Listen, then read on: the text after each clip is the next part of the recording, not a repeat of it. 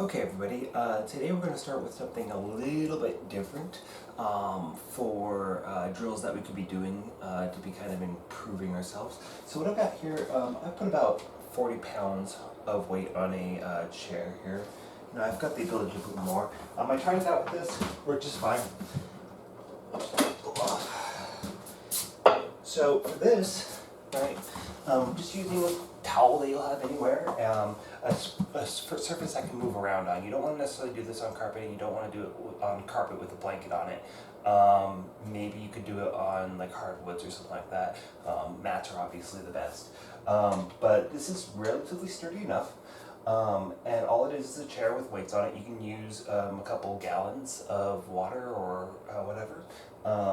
Just anything. You might duct tape it to the chair so it doesn't fall over or anything like that. I don't want you getting hurt, but or if you have a vertical pole, some people have exposed pipes or whatever in their house. That might be a good option of something to kind of just anchor yourself to. You just want to make sure that you have enough room on both sides for your legs. So what I'm going to do is I'm going to get in close here, and I'm going to hold onto my towel, right? And all this is kind of the opening movement to what we would call the armbar triangle omoplata drill. And what I want you to kind of get out of this drill is a couple concepts. One is that if you want to be mobile on the ground, you need to have as little contact of your body on the mat as possible, right? So if I'm flat, get around right, that's going to be really, really difficult. So what I'm going to do is I'm going to do a little bit of crunch. I'm going to try to get my hips and my shoulders off the ground. I will, throughout this drill, like you'll see me kind of going onto my side, I'm going onto a single hip, right? And then I'm rolling through my pelvis to get to the other hip. And I'm like kind of right here on that sacroiliac joint, right? So what I'm going to do, the first part of this, I'm going to push myself over to one side. Doesn't really matter which side that you go off to. But I'm using this little push to kind of just get me to the angle that I need. Now I'm going to use my back chain, my glutes, my hamstrings, and I'm going to push off. And notice I've got this leg out wide, and it's going to swing around until I get to the other side. Boom. Notice again, I have very little contact with the mat whatsoever, right? And this seems silly. Like, why on earth would you do this? But that's where a lot of our attacks from guard are going to come from, like the omoplata, which we'll cover a little bit here in a second. Triangles, arm bars. In order to be able to finish that, I need to be able to start cutting my angle. And one of the ways that we're going to do that is either with our legs and also with this minimal contact on the ground. I apologize for my voice, it's cold down here. So here, right, and you see, I'm actually getting off and cutting through back side to side. So that's something that you can work on. If you have, a punching bag like I do, and you have it hung up and you have it like secured enough to the ground, you could also secure off of that. That might be a little bit easier, but obviously not everybody has this. So I was looking for something that pretty much everybody's going to have, and a chair and something heavy is definitely something you probably have. So that's number one. Now, I could take one of my gis and put it over this chair or whatever. But today I'm just going to use an old belt, right? And feed it in here, just there and there. So the belt's going to represent arms or sleeves or whatever. And we want to start, I don't have it as much.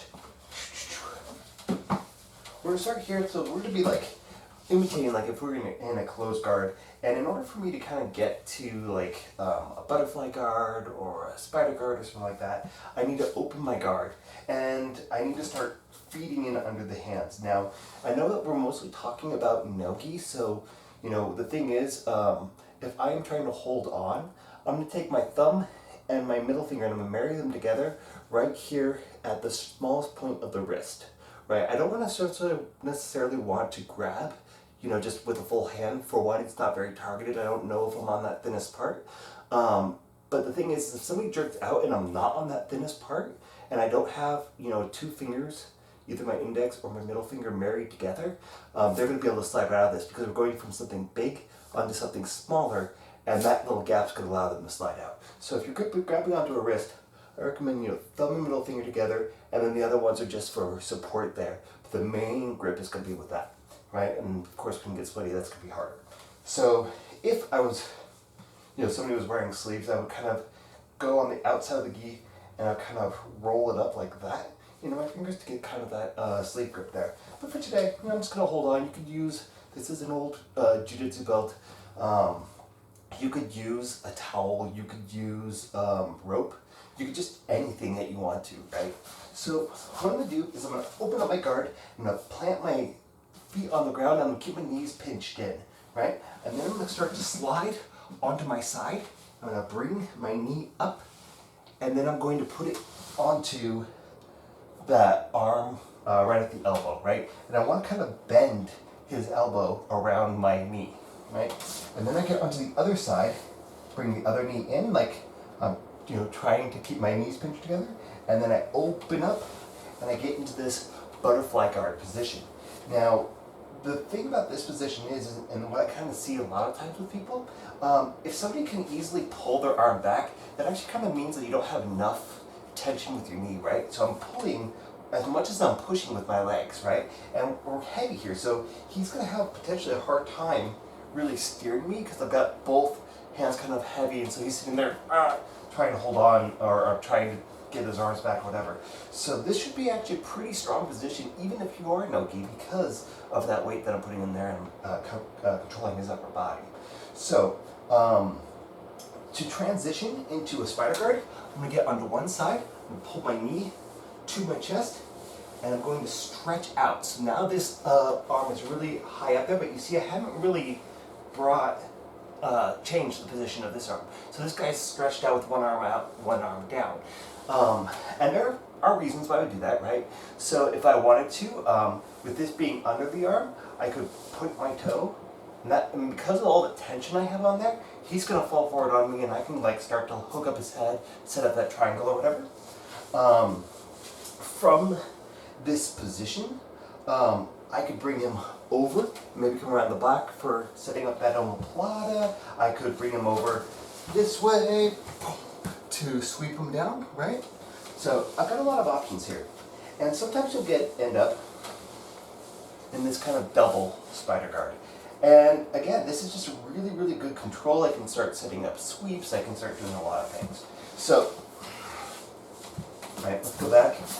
So I've got 2 wrist grips. Before I open up my guard, the first thing I'm going to do is I'm going to get whatever grips that I need, right? So I'm going to start with that grips. I might do a head grip or whatever, but once I get those grips, then I can open up my guard. I get my knees pinched, and I want to see what he's going to do first, right? And if it looks like, maybe he's going to hang out for a second or whatever, I'm going to start to shrimp out onto one side. Remember that word, shrimping? So, right, my point, foot, shoulder, push your hips out. Now, this leg that's on the top, it's always the top leg. You can't get that bottom leg and try it. It won't happen, right? I'm going to bring my knee up and in, and then I'm heavy on that, right? I don't want him to be able to pick up that arm, right? So I'm going to steer him a little bit onto his side, bring my other knee through, and then now I've got that nice butterfly guard. All right, so, and see I'm actually kind of pushing on his hips, and I'm kind of stretching him out a little bit too. So I want that really, really strong tension here. Now, to get into that spider guard, again, I'm going to lean onto a side, and whenever leg's to the top, I'm going to bring my knee to my chest, and then put my foot into his bicep here. So I'm going right here at the bend of his arm, and you see that my toes are actually acting kind of like a hand on that, onto that bicep. So I'm actually got kind of grip so he can't easily slide on and off. And if he is able to pull his arm off and come up here, it means I don't have enough tension, right? So I'm kind of gluing my elbow into the side of my body a little bit right here, right? And I've got that nice tension. I might get stretched out. I don't want to mislead you there, but what the point is that I am trying to keep tension on that arm so that he can't easily do stuff.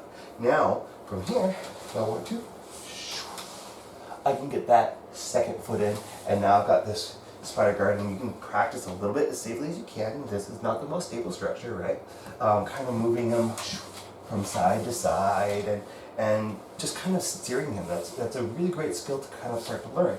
Now, if I'm in this butterfly guard, right, and maybe I want to go for an omoplata, there's some good triangle chokes here. Maybe he's being really, really rambunctious here, and maybe this is kind of becoming a little bit harder for you to maintain. So I'm going to get heavy with this leg, I'm steering off to the side, and notice I'm getting onto my right hip. I'm gonna come over his arm, and I'm gonna hook behind his armpit, right where the infraspinatus and teres minor are. If you want to think about like the insertion of the lats or whatever, you can feel where that triangle muscle kind of goes in there. That's a good place. So I'm going right into the armpit there, and the back of my foot is going to kind of hook the back of his body like that. And so if he tries to back up and jerk his arm back and try to get it free, he's going to have a lot harder time of doing that because you're controlling the shoulder as well, not just here. And so from here, right, now the triangle's a little bit funky here, right? Because what basically has to happen is I have to start to go and dive under here, right? So to get to the omoplata, right, I'm gonna put my shin as a seatbelt across his body, and then I'm gonna come underneath. And remember those shoulder rolls that we did on the wall there, right? I'm gonna get myself up, right? And this is what people kind of tend to do wrong with this one, is when they slide under, they stay flat and they kind of get stuck here. I don't even have a partner here, right? I can't move because I'm staying flat. But if I come and I drive into him, right, and get my hips up, now I can hook that shoulder and come up into that omoplata, right? So there's your kind of spider guard omoplata. You can kind of practice that setup. It's actually a little bit easier with the chair, believe it or not, because I don't have somebody pressuring down into me. That being said, you know, if you can get your hips off the ground and somebody does pressure into you, it actually makes it easier. It pushes you through that one. Another thing that people kind of do with omoplatas in general is that they focus a lot on trying to hook that arm with a bent leg. And really, if you want to get an omoplata, especially this spinning under omoplata, it's actually better to go into this for my warm-up, where I'm actually kind of stretching my leg out instead of trying to hook. And that's going to help me spin around and come into that omoplata, if that makes sense. Google omoplata until I have somebody down here that's I can help demonstrate that with you. But again, this is not really that I want to get you to the point where you can do the spinning omoplata, because it is a hard one to hit. I'm not going to lie to you. But I want to get you into that position, and I want you to also be able to practice this, I guess you could call it an Eminari roll, right? So I'm here, I'm heavy with my butterfly guard, I get off to the side, I post in here, maybe that's not working. So I lasso, right? Hook the back of his shoulder, right? With my top of my foot. And then, a lot of times I'm not gonna hold on to this arm, right? Which is gonna make this particular drill a little bit funky, but I'm gonna put my hand on his inner thigh, I'm gonna come underneath, and I'm going to try to get my hips up and sit up, right? And again, it's a lot easier when you have something with structure. Now, what can happen, and again, we'll get into this a little bit more probably this weekend or next week.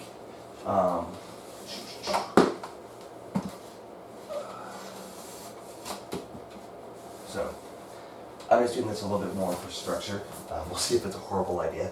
I hit this nice little lasso here, and I start going into that omoplata, and maybe for whatever reason, maybe he's posturing up too much, I might end up continuing the circle and catch his head, and I've got that arm in already, and I can go into that triangle there.